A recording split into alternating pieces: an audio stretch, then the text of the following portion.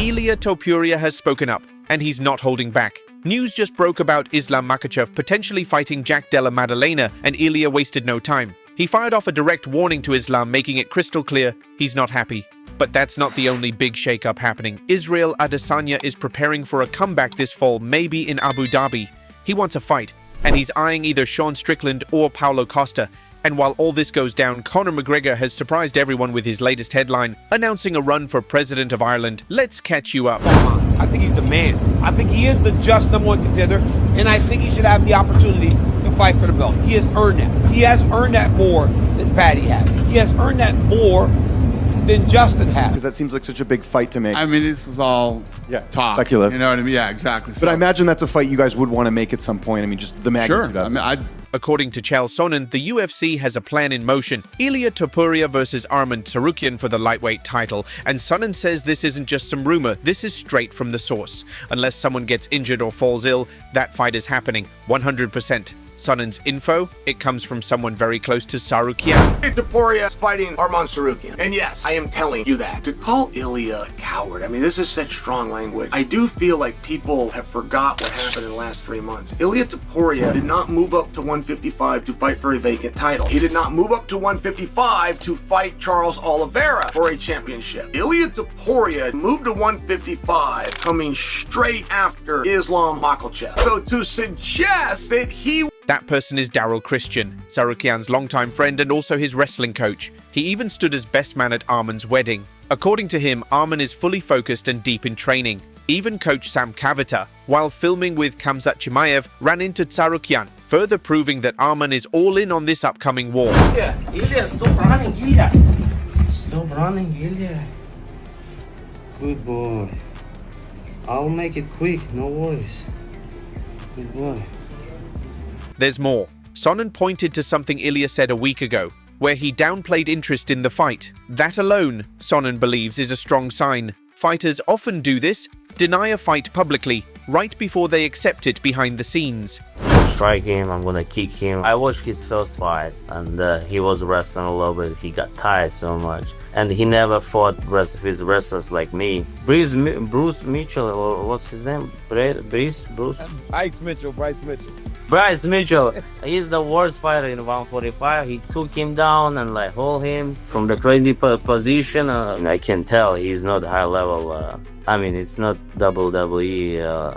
I can't wait to show like. Ilia had also brought up Paddy Pimblett as someone he'd rather fight.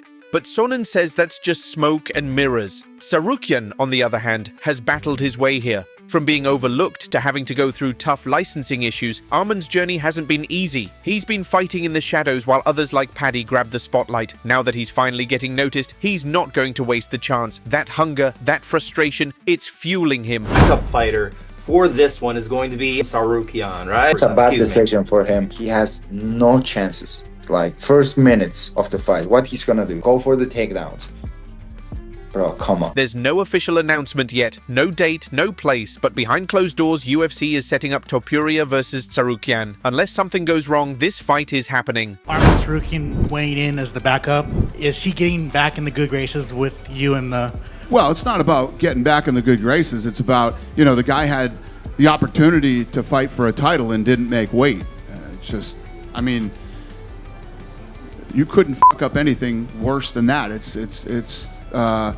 Meanwhile, Israel Adesanya has confirmed he's coming back to the UFC in either September or October 2025. He's already training and says he feels refreshed. The UFC wants him on the Abu Dhabi card in October, and that fits perfectly with what Israel wants. And guess who he wants for his return? Sean Strickland. He called him out directly. He's been too quiet, Israel said. I want that one again. This isn't just about a fight. It's personal. Adesanya wants redemption, and he thinks Strickland is the one who can give it to him. It's easy money. Come on, you beat me once. Do it again.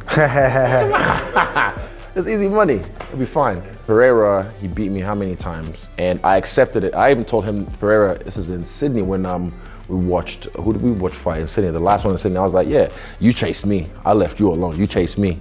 And then, look, if you beat me, we shoot a fair one, that's it. But this one, I just want to make sure I did this right. So I just want to do this one time, just one more time. But there's a problem. Strickland is under indefinite suspension from the Nevada State Athletic Commission. Something happened, an off-cage incident. No word from Strickland. He hasn't responded to the call-out, nothing. Because of that, Adesanya mentioned Paulo Costa as a backup. If not Strickland, he said, let's get Costa in there. Costa hasn't confirmed anything either, but he did post something vague in July. Ready when they are. Fans have been picking it apart and trying to figure out if that's a yes. Brain relax, and yeah, I just knew straight away. So I've been itchy for a while, bro. I'm ready to go. Final one for me. Can I pitch 2 potential opponents to you? All right, both rematches. Sean Strickland and Paulo Costa. What are you thinking about those potential fights? I think Paulo was in the fight this weekend. If he had won, I bet you he would have said something stupid, and I don't have to say much. I'll be like, cool, all right, that sounds fun. Give him a chance at redemption, because like people have done for me as well. And Strickland, if he wants to fight, sure. If not, it's all right. UFC insiders say they're working hard to get Israel back in October. September's already packed. October in Abu Dhabi looks like the best fit. And the fans, they've been waiting. Israel hasn't fought since earlier this year, and his return could shake up the whole middleweight division. UFC wants someone big for him, someone worthy. Where is Israel as far as fighting right now? I didn't spar after my last fight. I didn't spar because I just looked after my brain, and then I sparred with Kamaru Usman for the first time in months. And I knew once I sparred, it'd be like. So for me now, I'm like, okay. I told Hunter already. I told my coach, yeah, it's time. Like I just knew I gotta get some get back. Strictly. No! While Strickland stays silent, other fighters aren't. Dricus du Plessis, for one, took shots, telling Israel to stop talking and just fight, but Adesanya's staying focused. He's training, doing interviews, and waiting to see who the UFC gives him. That decision's coming soon. I'm in this situation where, what do I do? I know I want to fight though, because I took 11 months off and I let my body heal and all that, and I felt great. So now I want to get back to being active. Not as active as I was in the beginning maybe, but I want to be active, and I still feel great from the last camp. Did some testing about... Now back to Ilia. When reports came out that Islam Makhachev might face Jack Della Maddalena, Topuria didn't hold back. He accused Islam of running away. And not just Islam, he's also clearly upset with how the UFC is handling things. Khabib is reportedly involved in making that Makhachev versus JDM fight happen. That only added fuel to Topuria's fire. Is he running from Armin? It's hard to picture anybody beating Ilia right now. It's hard to visualize anybody just being able to go in the octagon with Ilia Topuria and beat him. Just how dominant he's been. You know, realistically, they go get in that cage. Ilia has been calling out Islam ever since he won the featherweight title. He's made it clear he wants to move up and fight for the lightweight belt. But now, seeing Islam shift toward a welterweight matchup, Topuria sees it for what it is, a dodge, and he's not hiding how frustrated he is. And last one from me. Earlier today, Islam Makhachev did an interview and said he's not ruling out coming back down to 155. But if it was up to you, would you rather fight him at 170 to get that third title, or would you be willing to fight him at 55 because that's the division that people say he might be the best at? It would be much better for me to fight him in 170. And makes you want to move up to 155? Because I really believe that I can beat the current champion, Islam. You can't be a world champion by chance, you know. You have to do things great. He's a beast. Yeah, he's a beast. Yeah. But I like the competition, and I don't like to be a bully and fight with people that I know 100% that I'm gonna whoop his ass. You know, I like. This isn't just about a fight; it's about timing. Just as Chael Sonnen revealed that Topuria versus Tsarukyan is being lined up, news broke about Islam versus JDM. For Topuria, it feels like the UFC is setting him up, pushing him away from a title shot. He believes he deserves Islam next, but instead it looks like he has to go through someone else. Maybe Arman first. His path to the belt just got more complicated. Makes you want to move up to 155? Because I really believe that I can beat the current champion, Islam. You can't be a world champion by chance, you know. You have to do things great. He's a beast. Yeah, he's a beast. Yeah. But I like the competition, and I don't like to be a bully and fight with people that I know 100% that I'm gonna whoop his ass. You know, I like to fight with possible opponent in the future. Crazy. So he was on the Contenders, and he came into the gym, and he's actually done a few camps with us, and he's a really good guy. You know, he's really great sport, can wrestle, can strike, can jiu-jitsu. So he's one of those guys that you should see real big things from. You know, Brazil, man, you guys just produce a lot of fucking champions. like as you said, Islam versus JDM isn't official yet, but the buzz is strong. Khabib's involvement makes it seem real. And Ilia's reaction? He's not being quiet. He wants that title shot now. He sees every move as a step to sideline him. Will the UFC change course, or will they keep him waiting? Either way, Ilia's not staying silent. And now, Strickland. He's back in the headlines, but not for what happened in the octagon. Caio Borralho just revealed something shocking. Right after a UFC event, Strickland challenged him to fight in the parking lot. Yes, that actually happened. Borralho said during his fight, Strickland was in the corner, loudly cheering for his opponent, shouting, mocking him the entire time. After Borralho won, he clapped back, calling out whoever had been heckling. Strickland didn't back down. He stood up and said, "Meet me outside." Borralho refused. His response was simple and firm. "I don't fight for free." Now, this story is catching fire again. Borralho brought it up recently and said it proves something. Strickland lives to provoke people. Even when there's no rivalry, no bad blood, he tries to make things intense. But here's the twist. Just a few days after the parking lot incident, Strickland invited Borralho to train at Extreme Couture, and he did. Borralho says Strickland treated him with total respect, called him friendly. The guy who tried to fight him in a parking lot was now a training partner. This has restarted an old debate. Is this who fighters should be? Some fans say this is just part of the game. Mind games, mental warfare. Others say it's immature and dangerous. But what stands out is Borralho's calmness. He didn't let Strickland drag him into a mess. He walked away and still trained with him. Now, to Conor McGregor, Jake Paul just took another shot at Conor, and he's not being subtle. McGregor had posted training footage, shadowboxing, hitting pads, trying to show the world he's still sharp. Jake Paul saw it and commented, "Bro, just give it up, LOL." That one line exploded. Fans flooded the comments, some laughed, some defended, others, they agreed.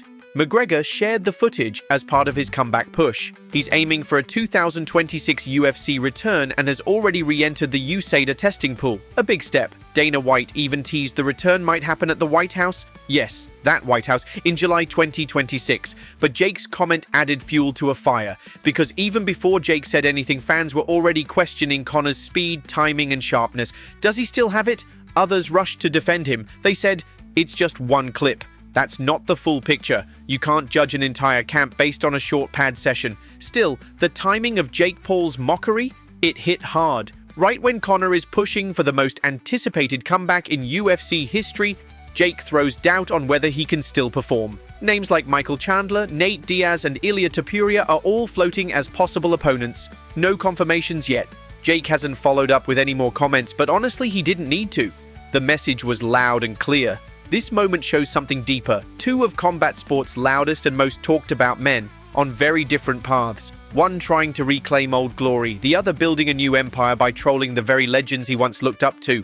Whether Conor and Jake ever actually fight, that's still a maybe. But for now, Jake's message stands. He doesn't think Conor has it anymore. Now another big call out from Dan Hooker. He wants Arman Tsarukyan. Hooker isn't looking for easy fights. He said it straight. He wants danger. He wants risk, not comfort. Tsarukyan just beat Charles Oliveira. That win changed everything. Now Hooker wants to test himself against someone elite. He believes beating Arman would skyrocket him in the rankings. So far, Arman hasn't responded. But the fans, they're already buzzing. A potential fight between Arman Tsarukyan and Dan Hooker is gaining momentum. Arman wants to stay in title contention, and Hooker is looking for a challenge. With Dustin Poirier's status unclear, Hooker might be the one. Fans are already hyped. If booked, it could land as a co-main event on a big card. Maybe UFC 319. That event is set for August 16th, 2025 at the United Center in Chicago. And the main event? Huge. Dricus du Plessis will defend his belt against undefeated Khamzat Chimaev. Pressure versus wrestling dominance. Du Plessis claims he's prepared for Chimaev's style, but says his own unpredictability gives him the edge. Meanwhile, rumors suggest Chimaev might retire if he wins, possibly due to pressure from home, health, and already being financially set. He hasn't confirmed it yet. UFC 319's card is stacked. Aaron Pico versus Lerone Murphy, Cannonier versus MVP, Barboza versus Close, and more. Some opponent changes happened, but the lineup is loaded with stars and rising talent. Promotion is already buzzing. Du Plessis showed up in a Manchester United jersey in Chicago. Fans had mixed reactions. Some backed him, others switched to Team Chimaev. The card airs at 3 a.m. UK time and tickets are flying fast. So what's your take on all this? Islam versus JDM, Ilia's call-outs, Izzy's return, Conor's comeback, UFC 319. It's all heating up. Let us know below and stay tuned.